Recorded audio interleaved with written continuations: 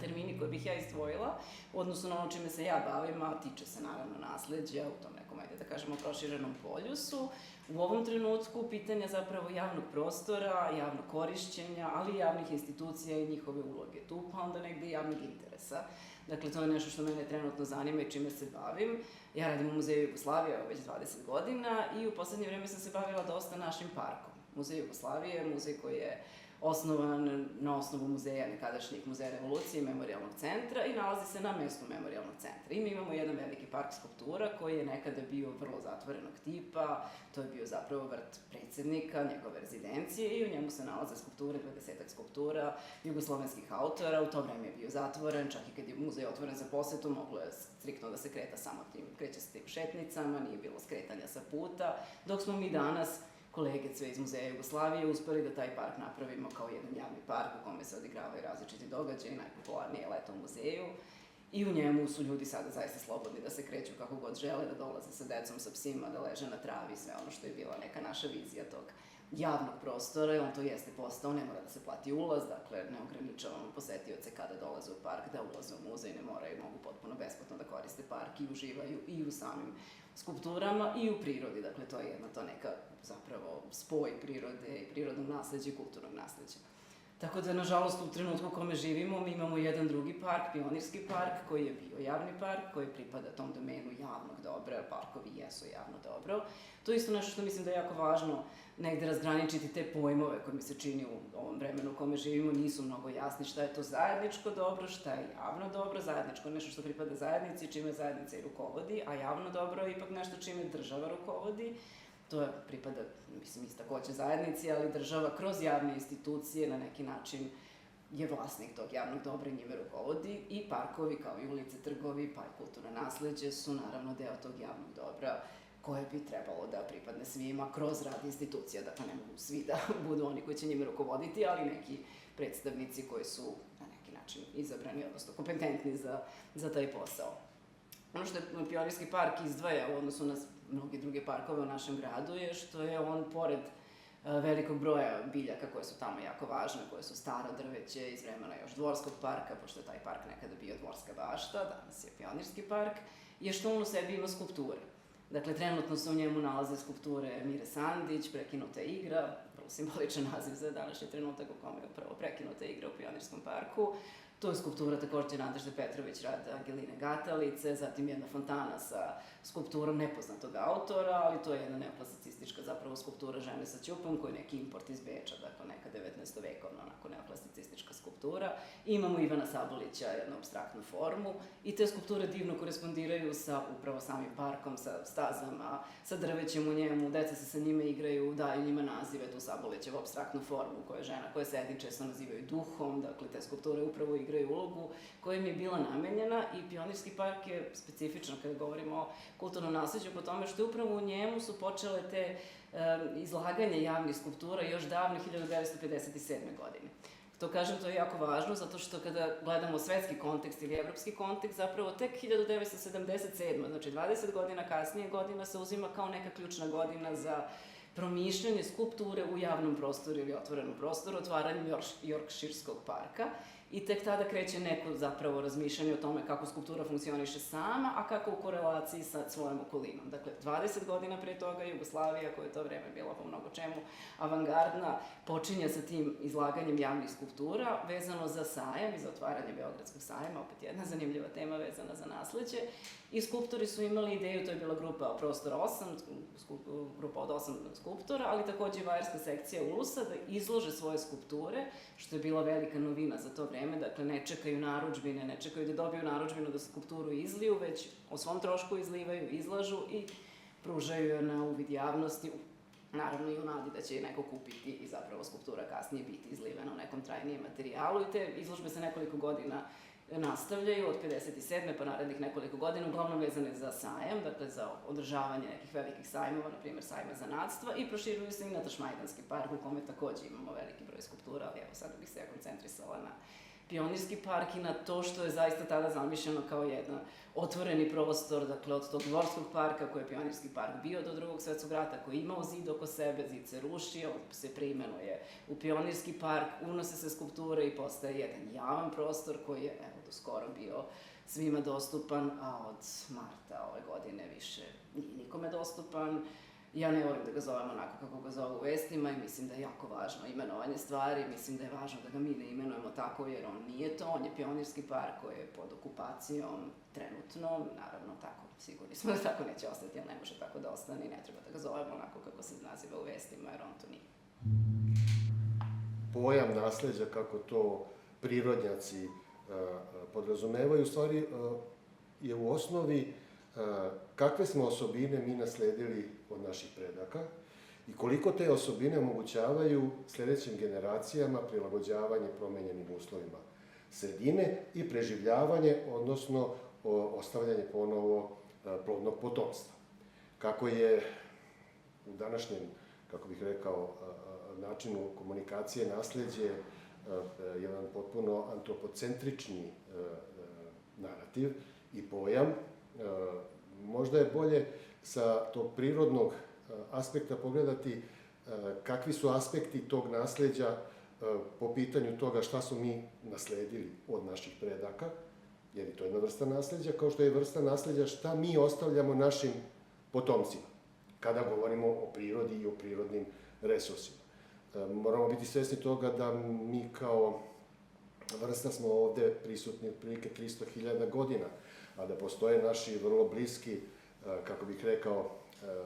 sunarodnici iz istog roda Homo koji su na ovoj planeti više od 1,5 miliona godina živeli. Oni ne da nisu ostavili planetu u lošijem položaju nego što su je dobili, već su je naprotiv ostavili jednu čistu, netaknutu i funkcionalnu. Mi kao Homo sapiensi smo uspeli za manje od nekoliko stotina godina da je dovedemo, mislim na prirodu, na rub opstanka. Sad je pitanje globalnog i lokalnog značaja. U globalnom pogledu, koji se naravno time preliva i na lokalni značaj,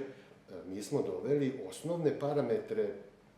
koji služe kao, kako bih rekao, održanje života na planeti u veoma veliki problem. Pomenimo tu vodu. Znači, mi smo vodu od tih 3,5% pristupne vode, koliko možemo da koristimo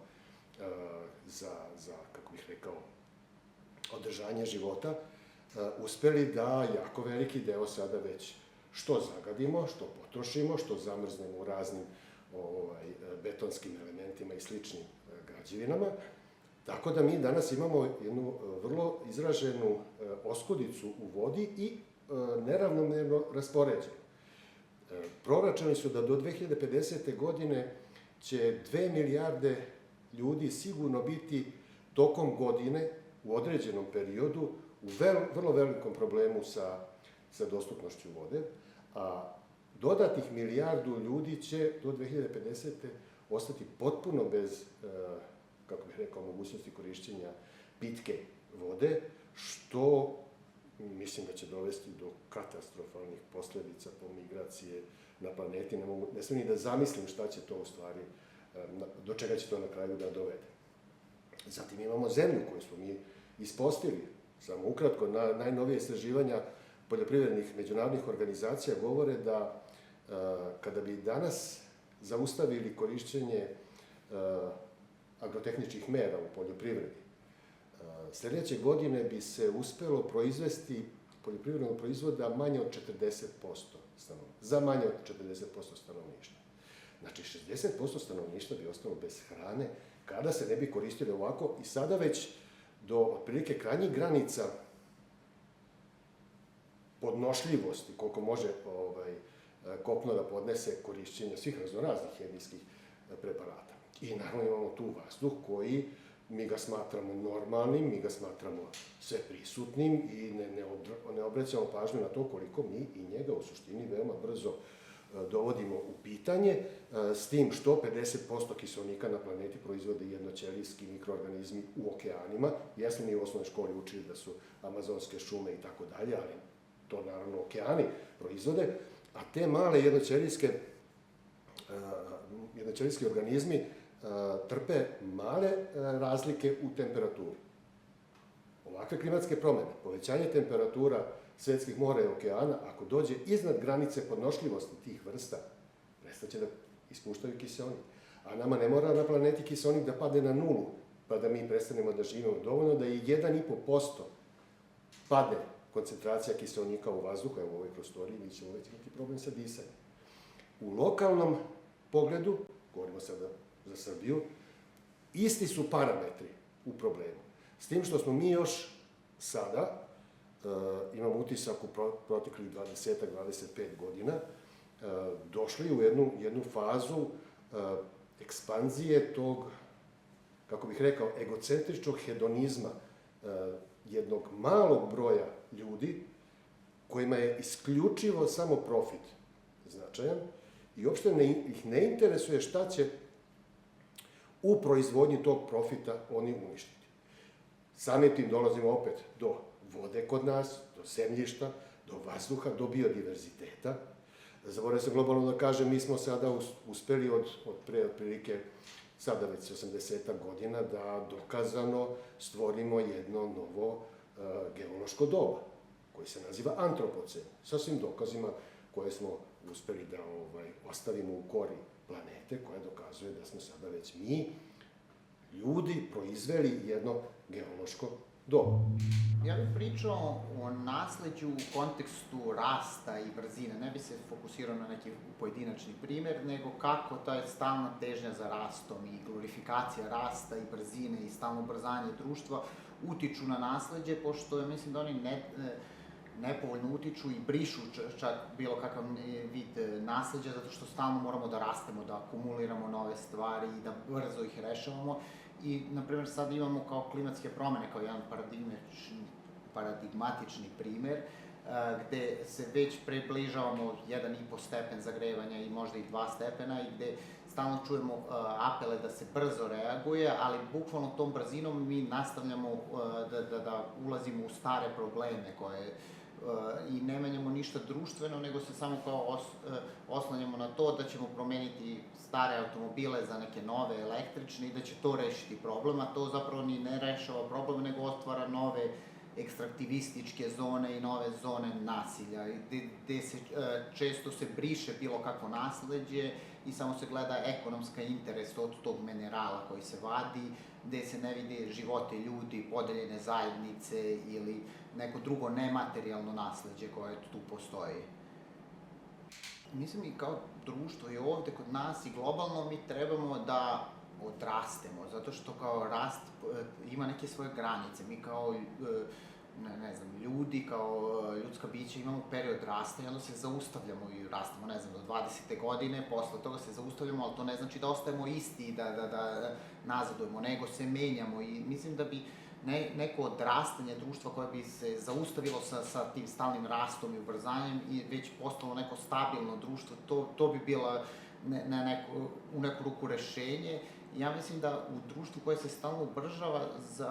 da je danas dosta revolucionarno usporiti i promisliti stvari, možda raditi ih sporije ili to kao putovati sporije, živeti sporije. Ja znam da je to jako teško na individualnom nivou, ali mislim da bi to trebali da težimo na društvenom nivou da se omogući. Meni je zanimljivo, posmatrao sam snimke na internetu crtanja crvene linije oko Generalštaba, što je bio svojevrsni performans tako različitih udruženja koja se bave zaštitom Generalštaba. A posebno mi je bilo zanimljivo to kako je JKP odmah požurio da obriše taj crveni trag. I onda mi je u stvari razmišljanje,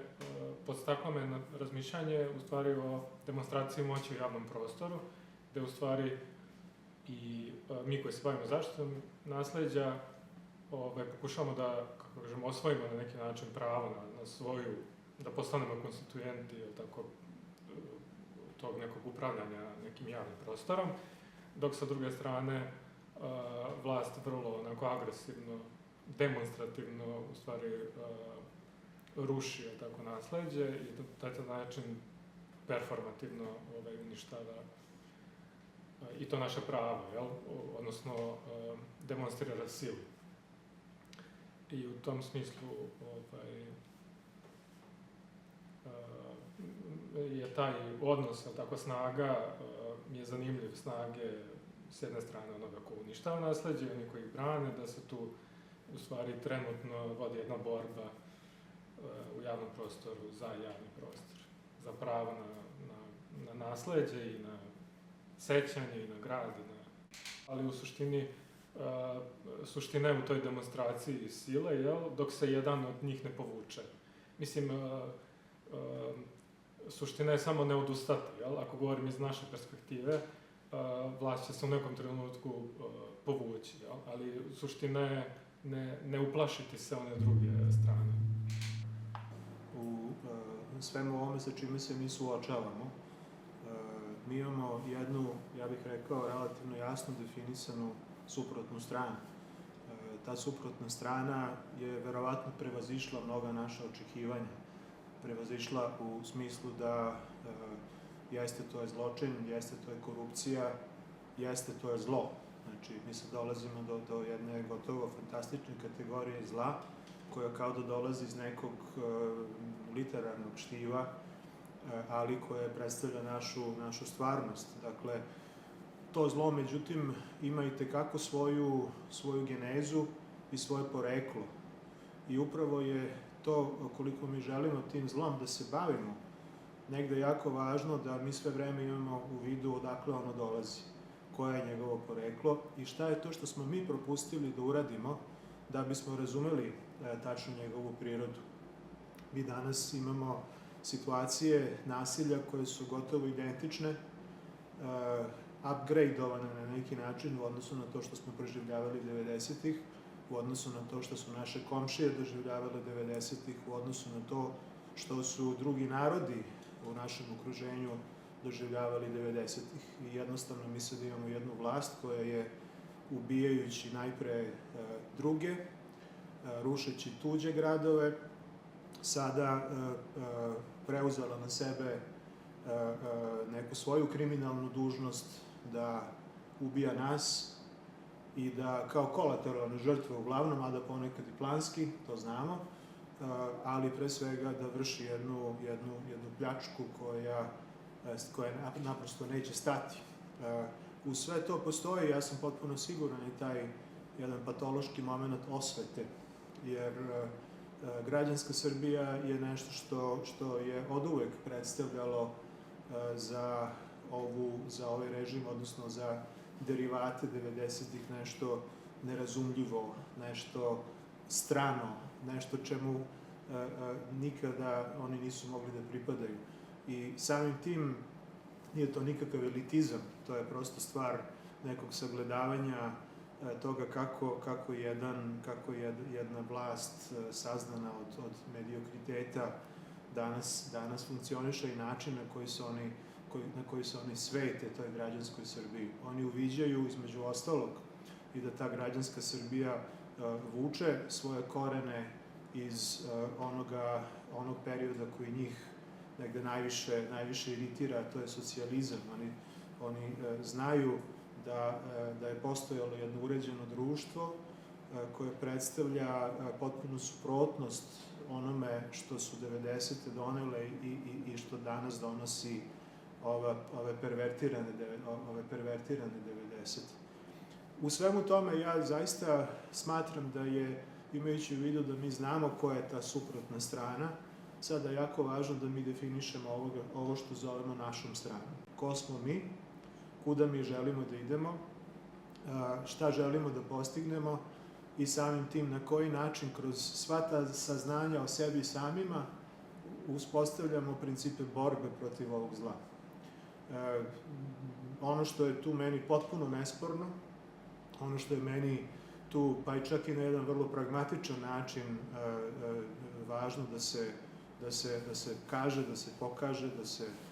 jednostavno zajedno sagleda, jeste pripadnost Srbije evropskoj kulturi. To nije nikakav snishodljiv stav, to je činjenica da Evropa i Srbija dele zajednički kulturni prostor. I iz tog stanovišta, sve ono što se tiče i kulturnog nasleđa, i sagledavanja naše prošlosti, i suočavanja sa prošlošću, mi možemo i dužni smo da negde sagledamo evropsko iskustvo i da ga primenimo na ono što imamo ovde kao jedan veliki problem s kojim moramo da izađemo na kraj. Evo, za početak napomenuo bih da je ovaj rad predstavlja jednu vrstu početka mog istraživanja, koji se na neki način i osvrće i objedinjuje radove koji se bave temom javnog prostora i kolektivnog sećanja. Snimci su preuzeti sa sajta Surfline, koji prvenstveno služi za surfere, koji ima parametre o brzini talasa, visine talasa i takođe isto ima zapravo vizualni prikaz samih talasa. Kamere koje su postavljene u okviru tog sajta i te kompanije snimaju kontinuirano 24 sata, 7 dana u nedelji, nakon čega se brišu. Osvrt neki koji sam imao u samom pisanju teksta za ovaj video esej jeste zapravo analiza i razumevanje istraživanja teoretičara Martina Pogačara u njegovoj knjizi Arheologija medija, mikroarhivi i pripovedanje, gde se on konkretno bavi pojmom arhiva, mikroarhiva i samog pripovedanja, gde je arhiv zapravo povezan sa nekom vrstom institucionalnog okvira i kao takvog mehanizma, gde s druge strane mikroarhiv je više vezan za samog korisnika unutar nekog manjeg prostora koji ne spada toliko u taj institucionalni okvir, gde pripovedanje na neki način koje zapravo podrazumeva i proizvodnju mikroarhiva, nužno se bavi tom nekom vrstom akumulacije iskustva i emocije prema onome na što se mikroarhiv referiše. U ovom radu ja sam se prosto sam uzeo tu vrstu razmišljanja i na taj način sam podsjetilo me ta vrsta arhiva kao što je Surfline i na koji način zapravo surferi koriste ove snimke da mogu da izoluju određeni snimak na kome se oni nalaze, na koji mogu da dele dalje na društvenim mrežama. Na neki način je podsjetilo na taj proces arhiviranja, mikroarhiviranja i pripovedanja, gde zapravo ispituje autentičnost samog sećanja i pitanje trenutka u kom sećanje nastaje, gde zapravo i samo surfovanje na neki način podrazumeva proces koji zavisi prvo od čekanja, od neke vrste istrajnosti, pa takođe isto i neuspeha koji mogu da traju satima i u kojim u ovom slučaju kamere beleže. Međutim, one nekako ostaju u tom nekom nevidljivom praznom prostoru koji se na kraju arhivira i prosto briše.